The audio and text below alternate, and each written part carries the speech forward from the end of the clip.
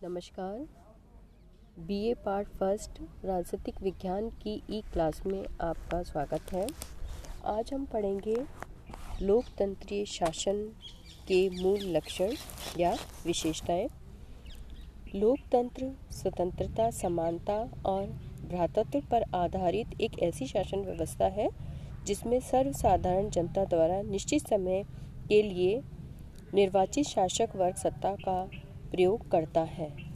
लोकतांत्रिक की जो व्यवस्था है उसके कुछ सामान्य लक्षण हैं, वो निम्नलिखित हैं।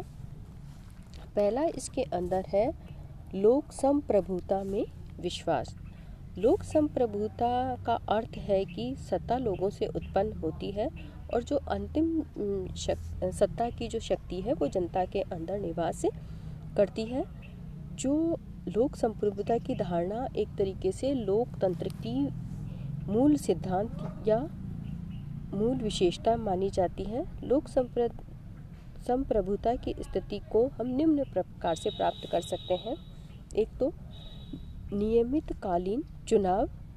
लोकतंत्री व्यवस्था का यह आवश्यक लक्षण है कि शासक वर्ग समस्त वयस्क जनता द्वारा एक निश्चित समय के लिए निर्वाचित होनी चाहिए और इन चुनावों में संविधान और कानून द्वारा निर्धारित योग्यता रखने वाले सभी व्यक्तियों को जनप्रतिनिधि के रूप में निर्वाचित होने का अधिकार होना चाहिए। दूसरा इसमें है कि लोकप्रिय नियंत्रण। अब ये कि एक निश्चित समय के लिए आपने लोगों को निर्वाचित शासक वर्ग को जनता के द्वारा निर्वाचित कर लिया गया, लेकिन कहीं ना कहीं निर्वाचित जो सदस्य हैं उनके ऊपर जनता का प्रत्यक्ष और अप्रत्यक्ष नियंत्रण भी होना चाहिए, तभी लोकतंत्र सफल हो पाएगा या वास्तविक लोकतंत्र कहलाएगा। तीसरा इसमें यह है कि लोकप्रिय प्रभाव और उत्तरदायित्व, कि जो भी व्यक्ति निर्वाचित हुआ है या जो शासक वर्ग है वो जनता के प्रति उत्तरदायी होना चाहिए। तभी अब वो ये है कि तभी वास्तविक लोकतंत्र की प्राप्ति हो सकती है। जनता का शासक वर्ग पर निरंतर प्रभाव बना रहे, इसके लिए ये होना चाहिए कि जो संचार साधन है उनकी स्थिति स्वतंत्र होनी चाहिए। शासक वर्ग निरंतर जनता के संपर्क में रहना चाहिए और शासन जनता और जनप्रतिनिधियों के प्रति उत्तरदायी भी होना चाहिए। दूसरी जो लोकतंत्रीय शासन की विशेषता है राजनीतिक और नागरिक समानता। समानता लोकतंत्र का मूल आधार है, अतः सभी नागरिकों को समान राजनीतिक शक्ति प्राप्त होनी चाहिए। वयस्क मताधिकार इस स्थिति को प्राप्त करने का साधन है। इसके अतिरिक्त सभी व्यक्तियों को कानून के समक्ष समानता की स्थिति प्राप्त होनी चाहिए। वर्तमान समय में राजनीतिक और नागरिक समानता से आगे बढ़कर सामाजिक और आर्थिक समानता को लोकतंत्र का लक्ष्य समझा जाने लगा है, कि सिर्फ राजनीतिक स्वतंत्रता ही नहीं बल्कि सामाजिक और आर्थिक समानता भी लोकतंत्र के अंदर प्राप्त होनी चाहिए। समाज में धर्म, जाति, वर्ग और लिंग के आधार पर कोई भी भेदभाव नहीं होना चाहिए। आर्थिक समानता का मतलब पूर्ण समानता तो नहीं हो सकती, लेकिन ऐसी भी स्थिति नहीं होनी चाहिए कि एक व्यक्ति अपने धन के प्रभाव से दूसरे का शोषण कर पाए। तीसरा है राजनीतिक और नागरिक स्वतंत्रता। स्वतंत्रता लोकतंत्र की आत्मा है। लोकतंत्र तभी संभव है जबकि सभी व्यक्तियों को राजनीतिक और नागरिक स्वतंत्रता प्राप्त हो पाएगी। अब जो राजनीतिक स्वतंत्रता के अंदर जो बातें शामिल हैं उसमें मत देने का अधिकार, प्रतिनिधि के रूप में निर्वाचित होने का अधिकार, सार्वजनिक पद प्राप्त करने का अधिकार और शासन की आलोचना करने का अधिकार। ये अधिकार अगर व्यक्ति को प्राप्त है तो हम ये कह सकते हैं कि उसे राजनीतिक स्वतंत्रता प्राप्त है। जहाँ तक नागरिक स्वतंत्रता की बात है तो इसके अंदर नागरिकों को विचार और भाषण की स्वतंत्रता होनी चाहिए, प्रेस की स्वतंत्रता, निवास करने की स्वतंत्रता, कहीं पर भी आने जाने की स्वतंत्रता, व्यवसाय करने की स्वतंत्रता। तो ये अगर स्वतंत्रता व्यक्ति को है तो लोकतांत्रिक व्यवस्था वाले देश का अस्तित्व बना रह सकता है, या तभी व्यक्ति एक तरीके से लोकतंत्र का पालन कर पाएंगे, या लोकतांत्रिक शासन व्यवस्था वास्तविक रूप से प्राप्त हो पाएगी। चौथी जो विशेषता है कि व्यक्ति के व्यक्तित्व का सम्मान और गौरव। अब जो लोकतंत्रीय जो शासन व्यवस्था है वो एक तरीके से व्यक्ति को महत्व देती है, उसके व्यक्तित्व को महत्व देती है। तो उसमें स्वतंत्रता, समानता और भ्रातृत्व की ऐसी स्थिति उसके व्यक्तित्व को तभी वो प्राप्त कर पाएगा जबकि उसे स्वतंत्रता मिल रखी है, समानता मिल रखी है, तभी वो अपने ऊपर सम्मान कर पाएगा या अपने गौरव को प्राप्त कर पाएगा।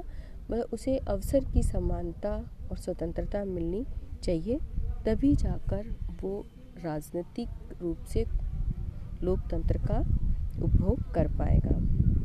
5वां है मानवीय विवेक में विश्वास। जो लोकतंत्र है वो व्यक्ति के विवेक के ऊपर बल देता है।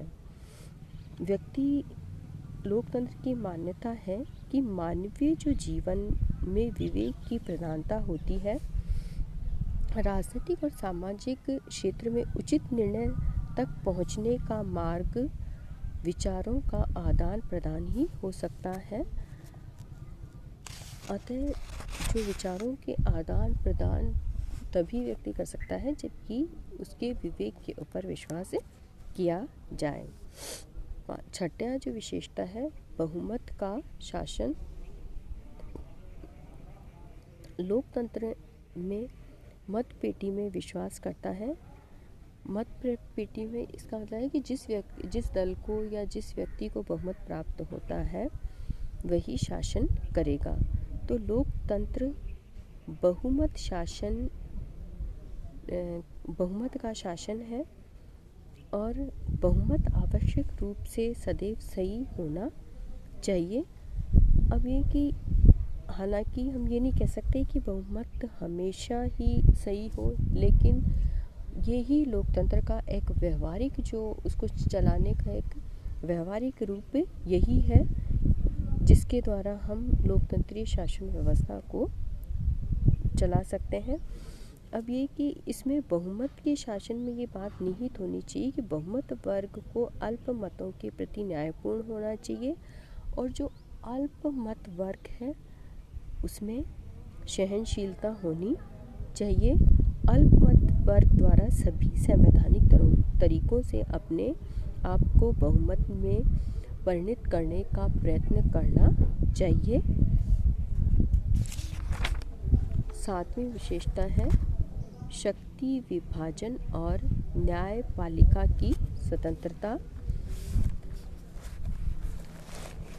मॉन्टेस्क्यू ने सरकार के 3 अंग व्यवस्थापिका, कार्यपालिका और न्यायपालिका के बीच शक्तियों के विभाजन का सिद्धांत प्रतिपादन किया है कि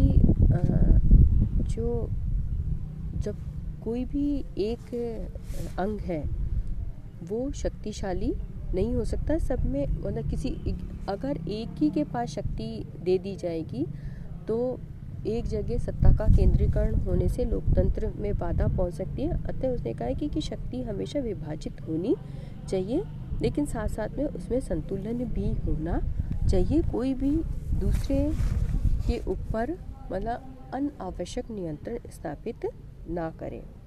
8वां है संविधानवाद। संविधानवाद का आशय है कि सीमित शक्तियों वाला शासन।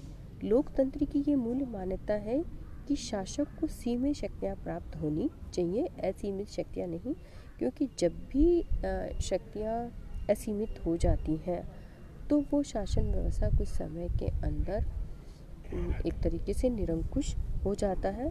तो शासन को सीमित रखने के लिए विधि के शासन के ऊपर बल दिया गया है कि जो भी शासन हो वो संविधान के अनुसार चलना चाहिए, चाहे कोई भी व्यक्ति या कोई भी दल की सत्ता हो, लेकिन उसे संविधान के अनुसार ही अपने शासन को चलाना है।